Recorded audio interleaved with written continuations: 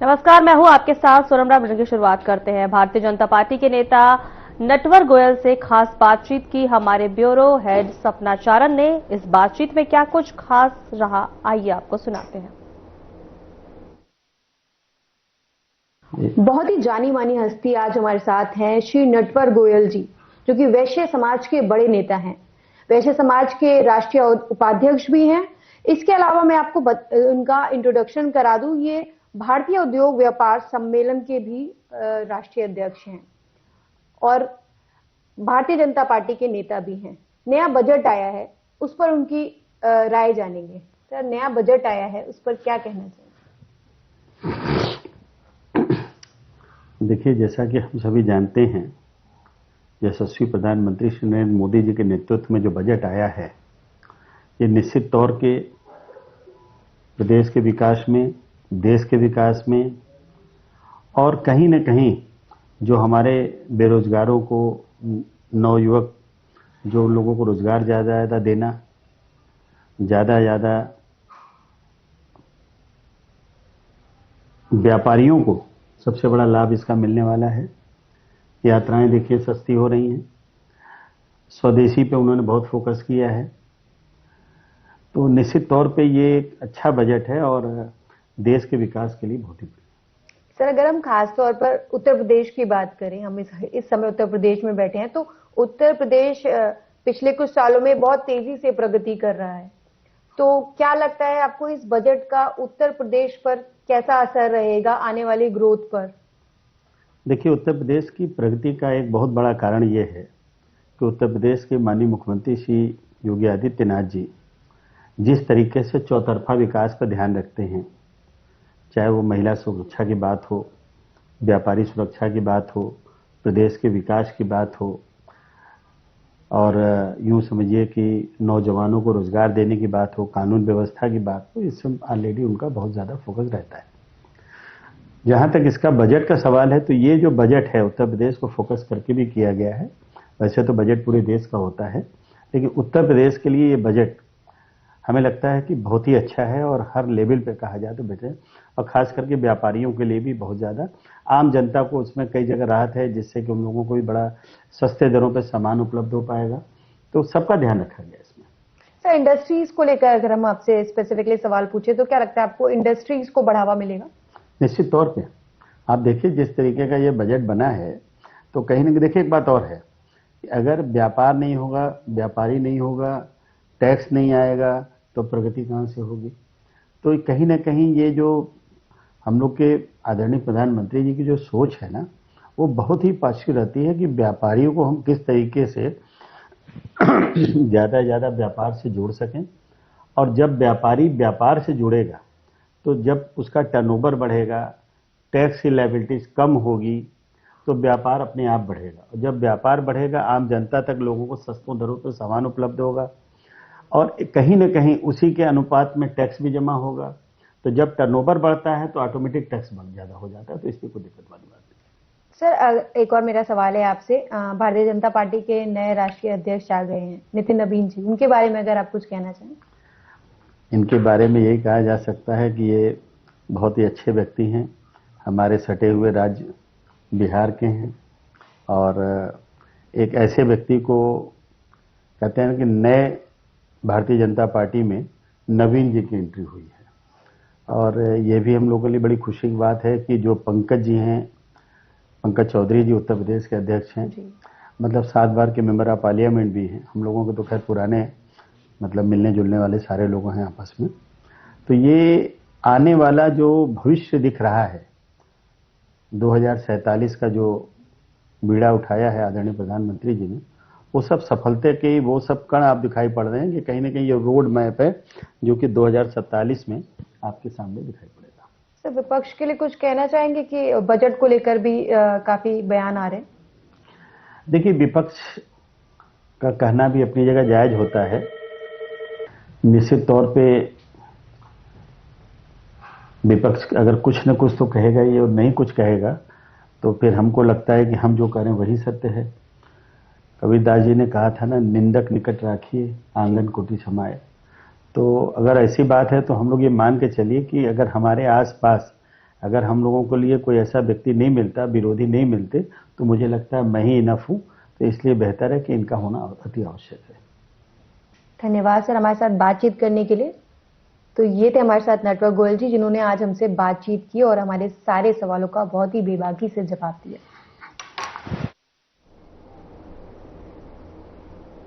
खास बारादरी रेस्टोरेंट के मालिक हामिद हुसैन से खास बातचीत की हमारे ब्यूरो हेड सपना चारण ने। इस बातचीत में क्या कुछ रहा, आइए आपको सुनाते हैं। लखनऊ में इस समय हम मौजूद हैं। हमारे साथ रेस्टोरेंट के मालिक, खास बारादरी इस रेस्टोरेंट का नाम है, जहां पर इस समय हम मौजूद हैं, और रेस्टोरेंट के मालिक हामिद हुसैन जी हमारे साथ हैं। तो सबसे पहले तो हम आपके रेस्टोरेंट के बारे में ही जानना चाहेंगे, क्या है इस रेस्टोरेंट के नाम जो कि बड़ा डिफरेंस है, खास बारादरी, उसके बारे में थोड़ा बताइए। देखिए, खास जो कि खास लोगों के लिए है जी, खास मिजाज के लोगों के लिए है, जी, खास जायकेदार लोगों के लिए है, तो इसलिए वो वर्ड खास हो गया। खास अपने आप में डिफाइन करता है कि हम खास लोगों को ही प्रेजेंट करना चाह रहे हैं। जैसे कि आप एम्बियंस देख सकते हैं हमारा, तो उसमें आपको देखिएगा कि ये एक नॉर्मल एम्बियंस से अलग एम्बियंस है। लखनऊ में हमारे क्वालिटी में कोई मतलब 5 स्टार अगर अलग करिए तो हमारे मुकाबले कोई रेस्टोरेंट भी एग्जिस्ट नहीं करता हमारे एम्बियंस के मुकाबले। आपने भी देखा ही होगा। अब बारादरी, क्योंकि लखनऊ का पुराना वर्ड है बारादरी, बारादरी एक ओल्ड वर्ल्ड को टच करता है ले जाके, तो इसलिए बारादरी रखा, क्योंकि बारादरी नॉर्मली 12 दरों से बनता है, जो डायगनली हर तरीके से 12 दिख रहे हो, जो बारादरी का एक्चुअल मतलब है। जैसे जू में बारादरी है या लखनऊ में सफेद बारादरी है, तो बारादरी मतलब जहाँ 12 दर मौजूद हो। तो अगर आप इधर से देखिए 12, इधर से देखिए तो 12, इधर से तो 12, तो हमने उस बारादरी को, उस वर्ड को, एक पुराने वर्ड को जोड़ने के लिए बारादरी वर्ड यूज किया, और खास इसलिए जोड़ा कि खास लोगों के लिए है। तो इसके पीछे ही लॉजिक है खास बारादरी का, ताकि खास आप अपने आप को फील करें। और बारादरी पुराना है तो उस पुराने फूड जो आप चले जाइए कि हम क्या हम देने वाले हैं, ओल्ड एरा में लेके जाएंगे according to ambience and working and tables and everything. आप एक ओल्ड एम्बियंस से रेस्टोरेंट तो बहुत है लखनऊ में, और लोग स्पेशली लखनऊ आते हैं कुछ नया ट्राई करने के लिए, कुछ डिलीशियस ट्राई करने के लिए। तो आपके रेस्टोरेंट में ऐसा क्या है डिलीशियस जो लोग आए हैं आपके रेस्टोरेंट में? देखिए, ऐसे तो हर माँ बाप अपने बच्चे की तारीफ करते हैं, मैं भी तारीफ करूंगा कि हमारे रेस्टोरेंट में बहुत कुछ खाने को। मगर हाँ, मेरा कहना ये, दुनिया में हर आदमी अच्छा खाना बेच रहा है, सबका खाना बहुत अच्छा है। आपके टेस्ट बड्स ऐसे होते हैं जो उसको एक्सेप्ट करते नहीं करते हैं, तो उसी कतार में हम भी हैं। बट हाँ, ये थोड़ा सा हम कह सकते हैं कॉन्फिडेंटली कि हम कुछ डिफरेंट दे रहे हैं। अच्छा, आप खा के जज करेंगे। पहली बार मेरे कहने से आइए, दोबारा मैं नहीं बुलाऊंगा अगर आपका खुद दिखना चाहेंगे। मैं थोड़ा सा आपके बैकग्राउंड के बारे में जानना चाहूंगी। मैंने सुना है कि आपके फादर डॉक्टर शेफ है। डॉक्टर शेफ का क्या मतलब है? डॉक्टर शेफ का ये कि मेरे डॉक्टर BUMS डॉक्टर हैं, जो कि इसी शहर में वो 250 मरीज रोज देखते थे। उसके बाद क्या हुआ कि वो, क्योंकि उनको ऐसा लगा कि सारी बीमारियों की जड़ है गलत खाना, खाना गलत बन रहा है, बिल्कुल सही। तो डैडी फिर चले गए खाने की तरफ, खाने को ठीक करने। तो अब क्योंकि वो BUMS डॉक्टर हैं, दुनिया के अकेले वो आदमी है जो डॉक्टर से शेफ बना है। तो जब खाना एक डॉक्टर को जब शेफ बनता है तो फिर इतना खाना मेडिकेटेड हो जाता है कि हमारे साथ कबाबची में, हमारा कबाबची रेस्टोरेंट भी है। कोरोना के बाद से हम लोगों ने रेस्टोरेंट को अपने रुजू किया। तो अगर आप हमारा कबाबची में खाना खाते हैं, हमारा बारादरी में खाना खाते हैं, तो आपको खाना खा के हैवी फील नहीं होगा। हाँ, हमारे खाने में योगर्ट नहीं है, तो डैडी मेरे योगर्ट नहीं डालते। मेरा कहना ये, योगर्ट में लैक्टोबैसिलस होते हैं। योगर्ट जो है वो लैक्टोबैसिल से बनता है। अगर आप उसको 300 डिग्री पे गर्म करेंगे दही को, तो लैक्टोबैसिल बढ़ जाएगा, तो वो फिर एक स्मेल पैदा करेगा और वो हाजमे के लिए फिर नहीं बचा। तो हमारे हॉट फूड से योगर्ट नहीं है, no artificial colours, no water in cooking, boiling में यूज करते हैं। तो ऐसे बहुत सी चीजें डैडी से हमने ली हैं। तो जेर नजर भी उन्हीं की चल रहे हैं रेस्टोरेंट हमारे। तो इसलिए हमने डैडी से ये चीजें लेके भी खास बारादरी तरफ किया। पहले हमने कबाबची खोला और अब हम खास बारादरी में, इसलिए हमारा खाना डिफरेंट लोगों से, हमारा खाना मेडिकेटेड। ओके, तो खास बारादरी जो ये आपका रेस्टोरेंट है, आपने इसको बहुत अच्छा, बहुत सुंदर भी बनाया है, जैसे कि हम देख सकते हैं। तो खाने में भी आप इस तरह की चीजें यूज करते हैं जो लोगों को नुकसान ना दे, क्योंकि बहुत सारे रेस्टोरेंट होते हैं जिसको खाने के बाद लोगों का पेट खराब हो जाता है, तबियत खराब हो जाती है। तो आप सबसे पहले बताइए कि क्या ऐसी सबसे डिलीशियस चीज है जो लोग आपके यहाँ बार बार खाने आते हैं? देखिए, मेरे यहाँ एक हमारा चिकन काला पासी है, जो कि मसाले विद जड़ी बूटियों से बना हुआ है। वो मसाले रेडी जड़ी बूटी से, पान की जड़ है, पीपली है, और आपका स्टार आने से बहुत कुछ करके डैडी ने तैयार किया मसाला हमारे। चिकन काला पासी, जो कि मेरी गारंटी कि लखनऊ में आपने इससे पहले कहीं नहीं खाया होगा। हालांकि कहीं और भी नहीं खाया होगा जहाँ डैडी का फूड फेस्टिवल नहीं हुआ है। वहाँ जहाँ हो चुका है, मतलब डैडी का फूड फेस्टिवल, वहाँ तो खाई चुके होंगे। हालांकि वो पब्लिकली अवेलेबल नहीं है सिवाय खास बारादरी के। हमारा स्टू बहुत खास है, हमारा मटन आप चम्मच से खा सकते हैं। आपको हाथ शौक में लगाना, मुझे हड्डी को उठाना है, अदरवाइज आपको हमारा जो मटन है वो बिल्कुल ही सॉफ्ट है। जिसे कहते हैं कि नवाबी नहीं कहते, जबान से खा लें या होठों से खा लें, तो हमारा मटन क्या आप होठों से खाएंगे इंशाल्लाह। तो अभी कितना टाइम हो गया है आपके इस नए रेस्टोरेंट को, और किस तरह के लोग ज्यादातर आपके यहाँ आते हैं? बाहर के लोग भी आते हैं, मतलब जैसे दिल्ली से और लखनऊ के बाहर के लोग, किस तरह के लोग यहाँ पर आना ज्यादा पसंद करते हैं? देखिए मेरे पास वैसे तो अभी क्योंकि हम गोमती नगर में हमने खोला है और इसके अभी हमें 1 साल हुआ है खोले, तो हमारे पास बहुत अच्छा रिस्पॉन्स है। टूरिस्ट बहुत ज़्यादा आ रहे हैं हमारा, क्योंकि आजकल सारी मार्केटिंग ऑनलाइन है। तो न्यूज़पेपर होर्डिंग से तो लोकल लोग इम्प्रेस हो सकते हैं, बट ऑनलाइन जो अगर आ रहा है, टूरिस्ट आ रहे हैं, जो बड़े ब्लॉगर्स आ रहे हैं, जो बड़े मतलब जो एक सेलिब्रिटी ब्लॉगर्स आ रहे हैं, तो वो हमारे मार्केटिंग से आ रहे हैं और नो डाउट वो खा के जा रहे हैं बहुत अच्छा, और उनको तारीफ करके जा रहे हैं। और इन सब के बावजूद भी मैं, अगर आप कहिएगा तो मैं आपको दिखाऊंगा, हमारे पास यहाँ पे हर टेबल पे फीडबैक फॉर्म।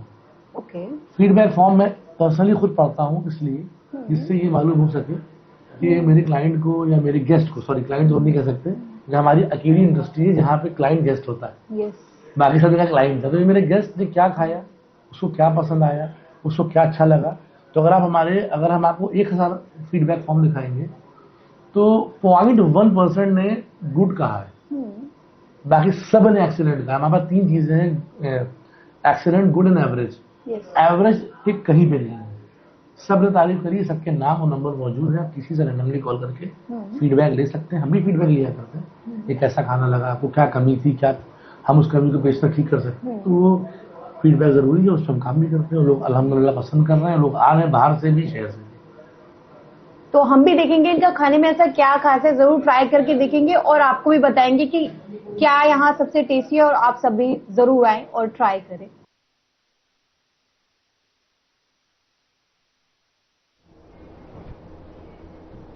नई दिल्ली में एनडीए संसदीय दल की बैठक आयोजित हुई। प्रधानमंत्री मोदी ने एनडीए संसदीय दल की बैठक में भाग लिया। आपको बता दें कि पीएम मोदी ने बैठक में भाग लिया।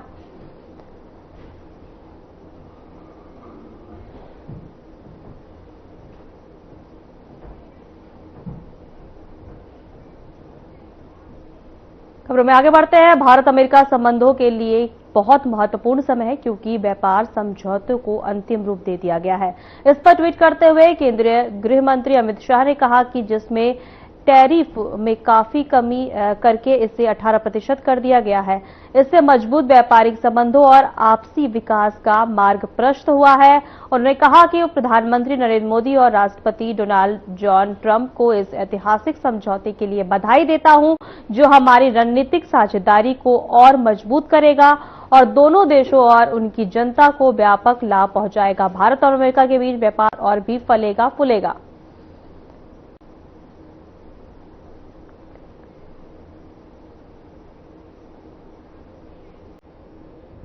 वक्त तो चला है छोटे से ब्रेक का।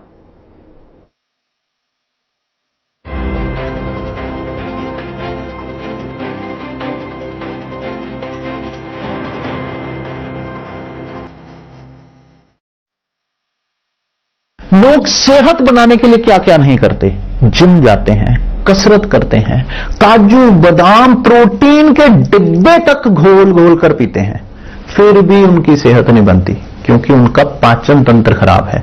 और जब तक के पाचन तंत्र दुरुस्त नहीं होगा, वो जितना मर्जी अच्छे से अच्छा खा ले, उनकी सेहत नहीं बन सकती। इसलिए हमारी संस्था सन्यासी आयुर्वेदा ने एक ऐसी दवा का निर्माण किया है जो कि आपके लिवर को, आपके पाचन तंत्र को दुरुस्त करने का काम करती है, ताकि आप जो भी खाएं उसका पूरे का पूरा निचोड़ आपके शरीर को लगे, आपकी भूख बढ़े, खाया पिया सही से लगे, नया खून बने, हड्डियों में जान आए, वजन बढ़े और आप मोटे तगड़े खूबसूरत पर्सनैलिटी के मालिक बन जाए। सिर्फ 655 रुपए की पूरे 1 महीने की दवा होती है और आप इसे घर बैठे 01145454545 पर फोन करके दवा मंगवा सकते हैं। यूपी में ग्रीन मोबिलिटी को नई रफ्तार, निवेश और रोजगार के अवसर अपार। यशस्वी प्रधानमंत्री श्री नरेंद्र मोदी जी की प्रेरणा और माननीय मुख्यमंत्री मुख्यमंत्री योगी आदित्यनाथ जी के दृढ़ संकल्पों से उत्तर प्रदेश इलेक्ट्रिक वाहनों के विकास में अग्रणी राज्य बन चुका है। नोएडा और ग्रेटर नोएडा में ऑटो कंपोनेंट और बैटरी इकाइयों के विकास के साथ 2400 सार्वजनिक चार्जिंग स्टेशन स्थापित किए गए, जिसके परिणाम स्वरूप दिसंबर 2025 तक यूपी में लगभग 15 लाख इलेक्ट्रिक वाहन पंजीकृत हुए और वित्त वर्ष 2024-25 में यूपी में इलेक्ट्रिक वाहनों को अपनाने की दर हुई 10%। राजधानी लखनऊ में नया ईवी मैन्युफैक्चरिंग प्लांट शुरू हुआ है, जहां इलेक्ट्रिक बसें और छोटे कमर्शियल वाहन बनाए जाएंगे। आज हरित मार्गों पर 750 से भी ज्यादा ई बसें संचालित होती हैं और उत्तर प्रदेश इलेक्ट्रिक वाहनों के मैन्युफैक्चरिंग के वैश्विक केंद्र के रूप में स्थापित हो रहा है। हरित राहों पर बढ़ता प्रदेश, आत्मनिर्भर उत्तर प्रदेश।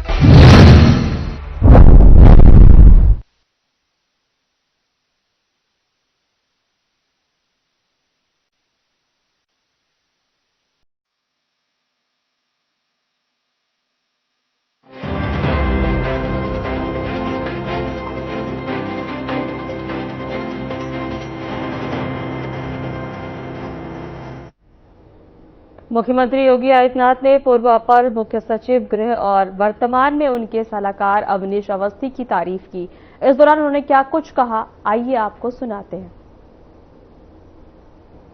वर्ष पहले आईआईटी मेरे पास आई थी, उन्होंने कहा कि हम मेडिकल के फील्ड में कुछ करना चाहते हैं। तो मैंने कहा आईआईटी को मेडटेक का एक सेंटर ऑफ एक्सीलेंस विकसित करना चाहिए। उन्होंने कहा हमारे पास इतना पैसा नहीं।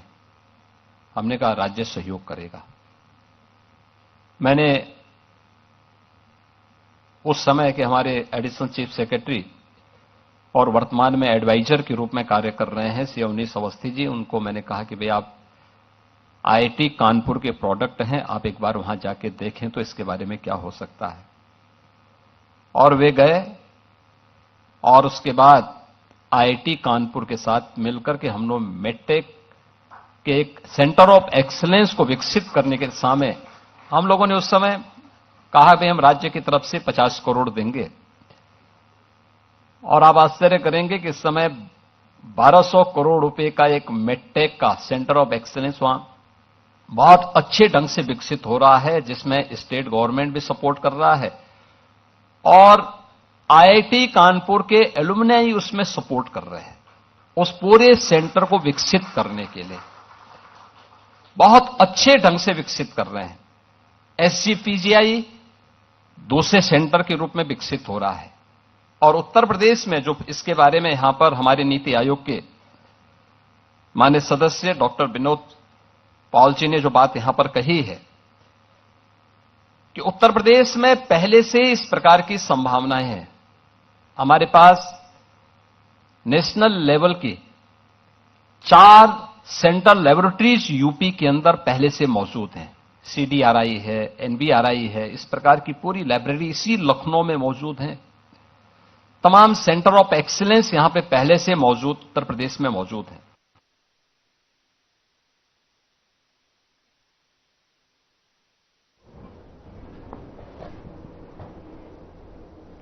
राजधानी लखनऊ में मंगलवार को वैश्विक निवेशकों एवं उद्यमियों के महासंगम उत्तर प्रदेश फार्मा कॉन्क्लेव 1.0 का आयोजन हुआ। वहीं आपको बता दें कार्यक्रम होटल ताज में आयोजित किया गया। इसमें मुख्यमंत्री योगी आदित्यनाथ और डिप्टी सीएम ब्रजेश पाठक भी शामिल हुए। इस मौके पर राज्य सरकार के साथ 11 कंपनियों ने MOU किया और वहीं आपको बता दें कि मेडिकल डिवाइस और नई दवाओं पर मिलकर शोध किया जाएगा। इस प्रथम फार्मा कॉन्क्लेव के उद्घाटन सत्र में इस समारोह में मेरे साथ उपस्थित प्रदेश सरकार में मंत्रिमंडल के मेरे वरिष्ठ सहयोगी, उप मुख्यमंत्री श्री ब्रजेश पाठक जी,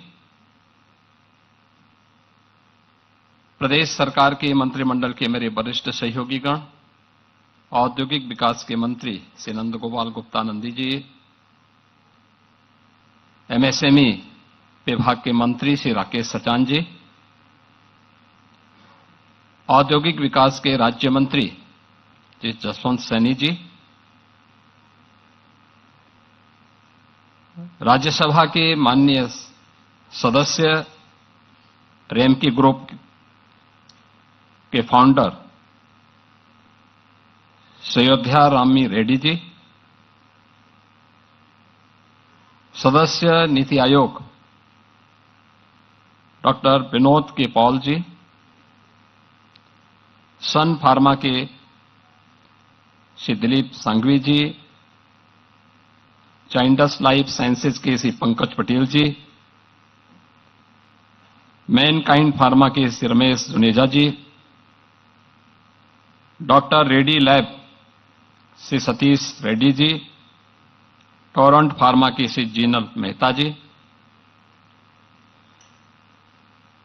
एमएसएन लैब के chairman Shri MSN Reddy ji, Sandeep Jain ji, V Krishna Mohan ji, Aditya Burman ji, Amitabh Dubey ji, और आज के इस पूरे कार्यक्रम में उपस्थित उत्तर प्रदेश और भारत सरकार से जुड़े हुए हमारे सभी वरिष्ठ प्रशासनिक अधिकारीगण, पूर्व ड्रग कंट्रोलर जनरल और उत्तर प्रदेश सरकार के फार्मा सेक्टर के adviser doctor GN Singh ji, Awanish Awasthi ji, Deepak Kumar ji और उपस्थित इस फील्ड से जुड़े हुए हमारे सभी स्टेक होल्डर्स और उपस्थित बहन और भाइयों, मैं प्रदेश के इस पहले फार्मा कॉन्क्लेव के इस उद्घाटन सत्र के अवसर पर आप सभी का मैं प्रदेश सरकार की ओर से हृदय से स्वागत करता हूं, अभिनंदन करता हूं।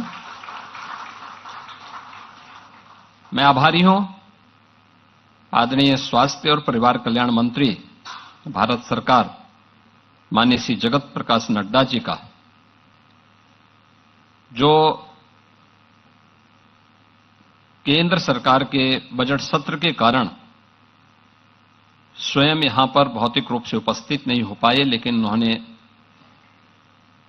अपना संदेश अभी वर्चुअल मोड पर हम सबके सामने प्रस्तुत किया है। मैं उनकी इस शुभकामना के लिए उनके प्रति हृदय से धन्यवाद देता हूं। मित्रों, जो हम लोगों ने अभी यहां पे कहानी देखी है और जिसके बारे में हमने अभी इस फील्ड से जुड़े हुए जितने भी कैप्टन हैं उनके विचारों को सुना है, वह हम सब के लिए एक नया प्रोत्साहन भी है और एक प्रेरणा भी। क्योंकि स्वाभाविक रूप से जो उत्तर प्रदेश की स्थिति थी,